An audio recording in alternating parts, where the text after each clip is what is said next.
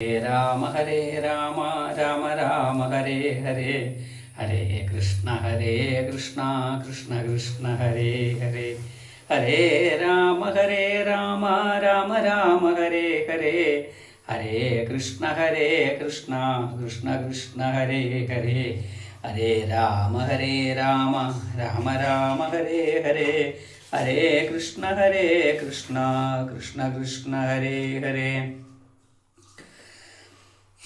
വിശ്വാമിത്രൻ്റെ യാഗരക്ഷ.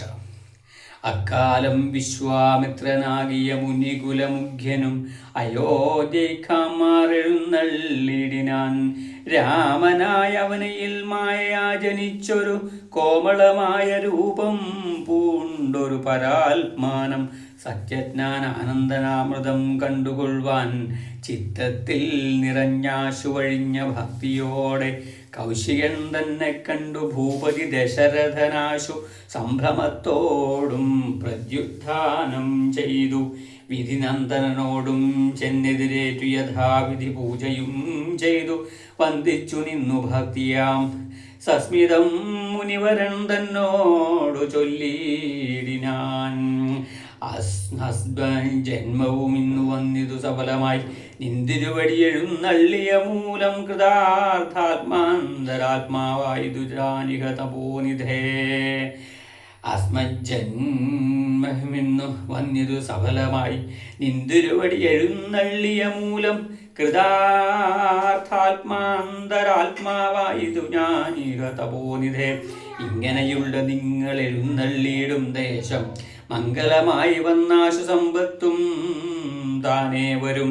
എന്തോന്നു ചിന്തിച്ചെഴുന്നള്ളിയതെന്നും ഇപ്പോൾ നിന്തിരുവടി അരുൾ ചെയ്യണം ദയാനിധേ. എന്നാലാകുന്നതെല്ലാം ചെയ്വൻ ഞാൻ മടിയാതെ ചൊന്നാലും പരമാർത്ഥം താപസകുലപതേ. വിശ്വാമിത്രനും പ്രീതനായരുൾ ചെയ്തിടിനാൻ വിശ്വാസത്തോട് ദശരഥനോടതു നേരം. ഞാൻ അമാവാശുതോറും പിതൃദേവാദികളെ ധ്യാനിച്ചു ചെയ്തിടുന്ന ഹോമത്തെ മുടക്കുന്നോർ മാരീര സുബാഹുമുഖ്യന്മാരാം നക്തഞ്ചരന്മാർ ഇരുവരും അനുചരന്മാരുള്ളോരും അവരെ നിഗ്രഹിച്ചു യാഗത്തെ രക്ഷിപ്പാനായി അവനീപതേ രാമദേവനെ അയക്കേണം. പുഷ്കരോത്ഭവപുത്രൻ തന്നോട് നിരൂപിച്ചു ലക്ഷ്മണനെയും കൂടെ നൽകണം മടിയാതെ. നല്ലതു വന്നിടുക നിനക്കു മഹീപതേ കല്യാണമതേ കരുണാനിധേ നരപതേ.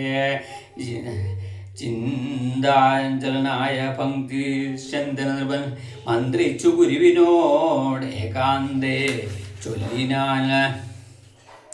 എന്തു ചെയ്വതു ഗുരോ നന്ദനൻ തന്നെ മമ സഞ്ചരിച്ചിടുവതില്ലല്ലോ ശക്തിയൊട്ടും. എത്രയും കൊതിച്ച കാലത്തിങ്കൽ ദൈവവശാൽ സിദ്ധിച്ച തനയനാം രാമനെ പിരിയുമ്പോൾ നിർണയം മരിക്കും ഞാൻ രാമനെ നൽകിയിടാഞ്ഞാൽ അന്വയനാശം കൂടെ വരുത്തും വിശ്വാമിത്രൻ. എന്തോന്നു നൽകതിപ്പോൾ എന്നു നിന്തിരുവടി ചിന്തിച്ചു തിരിച്ചരുളി ചെയ്തിടുക വേണം. എങ്കിലോ ദേവഗുഹ്യം കേട്ടാലും അതിഗോപ്യം സങ്കടമുണ്ടാകേണ്ട സന്തതം ധരാപതേ. മാനുഷനല്ല രാമൻ മാനവശിഖാമണേ. മാനവനിൽ മാനമില്ലാത്ത പരമാത്മാവു സദാനന്ദ പത്മസംഭവൻ മുന്നം പ്രാർത്ഥിക്ക മൂലമായി പത്മലോചനൻ ഭൂമിഭാരത്തെ കളവാനായി നിന്നുടെ തനയനായി കൗസല്യാദേവി തന്നിൽ വന്നവതരിച്ചിതു വൈകുണ്ഠൻ നാരായണനം. നിന്നുടെ പൂർവജന്മം ചൊല്ലുവൻ ദശരഥൻ മുന്നം നീ ബ്രഹ്മാത്മജൻ കശ്യപ പ്രജാപതി.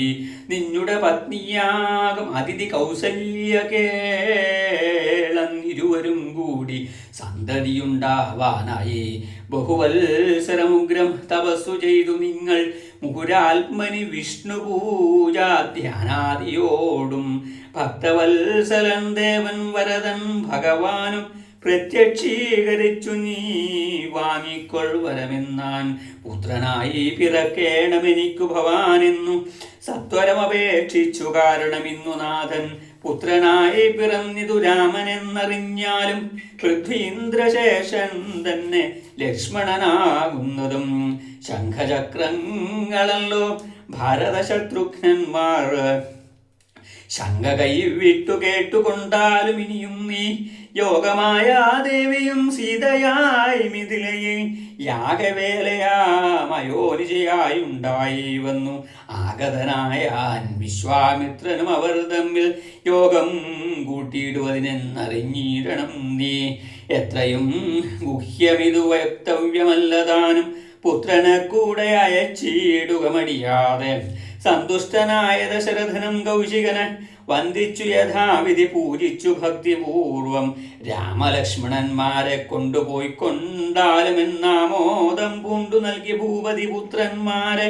വരിക രാമ രാമ ലക്ഷ്മണ വരികയെന്നരികെ ചേർത്തു മാറിലണച്ചു ഗാഠം ഗാഠം പുണർന്നുടൻ നുകർന്നു ശിരസിങ്കൽ ഗുണങ്ങൾ വരുവാനായി പോവിനെന്നുര ചെയ്താൽ ജനകജനനിമാർ ചരണാംബുജം കൂപ്പി മുനിനായകൻ ഗുരുപാദവും വന്ദിച്ചുടൻ വിശ്വാമിത്രനെ ചെന്നു വന്ദിച്ചു കുമാരന്മാർ വിശ്വരക്ഷാർത്ഥം പരിഗ്രഹിച്ചു മുനീന്ദ്രനും ചാപദൂണിര ബാണഖഡ്ഗപാണികളായ ഭൂപതി കുമാരന്മാരോടും കൗശികമുനി യാത്രയും അയപ്പിച്ച ആശീർവാദങ്ങളും ചൊല്ലി തീർത്ഥപാദന്മാരോടും നടന്നു വിശ്വാമിത്രൻ മന്ദം പോയി ചിരദേശം കടന്നോരനന്തരം മന്ദഹാസവും ചെയ്തിട്ടരുളി ചെയ്തു മുനിയെ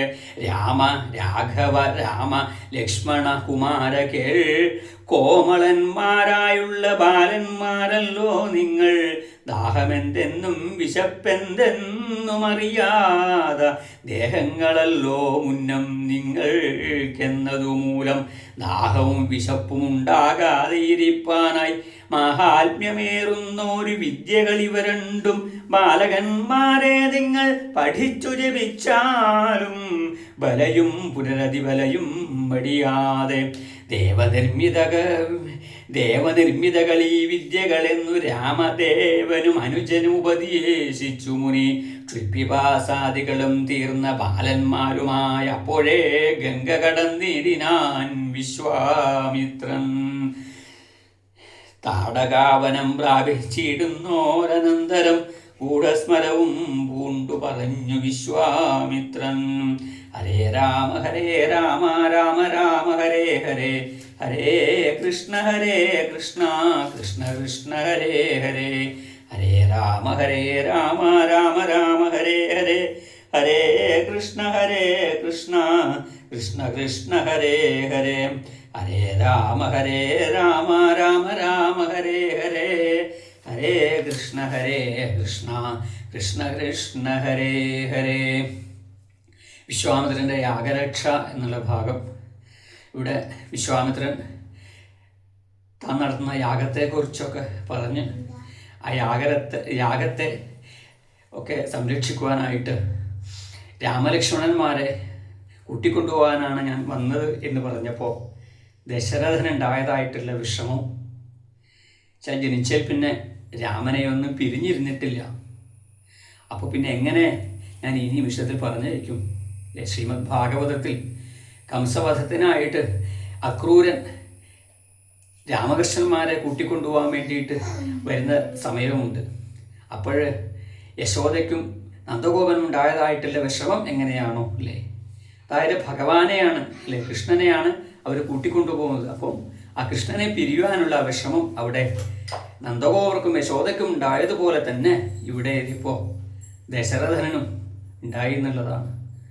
രാമനെയും ലക്ഷ്മണനെയും ഒക്കെ കണ്ട് കൊതിത്തീർന്നില്ല. അപ്പോഴാണ് ഇപ്പോൾ വിശ്വാമിത്രൻ വന്ന് കൂട്ടിക്കൊണ്ടുപോവുകയാണ് എന്ന് പറയുന്നത്. ഇത് കേട്ടപ്പോൾ വിഷമത്തോടു കൂടിയിട്ട് വസിഷ്ഠനോട് ചോദിച്ചപ്പോൾ ആ ഗുരുവിൻ്റെ ഉപദേശപ്രകാരം ഗുരു പറഞ്ഞു, ഇത് സാക്ഷാൽ ആരാണ്? ഭഗവാൻ തന്നെയാണ് അല്ലേ. വിഷ്ണു ശത്രുനിഗ്രഹത്തിനായിട്ട് ദുഷ്ടനിഗ്രഹത്തിനായിട്ട് രാമനായിട്ട് അവതരിച്ചതാണ്. സാക്ഷാൽ അനന്തൻ തന്നെയാണ് ലക്ഷ്മണൻ എന്നും. പിന്നെ ശംഖചക്രങ്ങളൊക്കെയാണ് ഈ ഭരത ശത്രുഘ്നന്മാർ ഒക്കെ ഈ സത്യങ്ങളൊക്കെ ദശരഥനെ പറഞ്ഞു കേൾപ്പിച്ചു. അങ്ങനെ ഏതായാലും ഈ വിശ്വാമിത്രൻ്റെ കൂടെ രാമനും ലക്ഷ്മണനും പുറപ്പെടുന്നതായിട്ടുള്ള ആ രംഗമാണ് വർണ്ണിച്ചത്. ഇനിയിപ്പോൾ താടകാവധം ഒക്കെയുള്ള കാര്യങ്ങളാണ് പാരായണം ചെയ്യേണ്ടത്.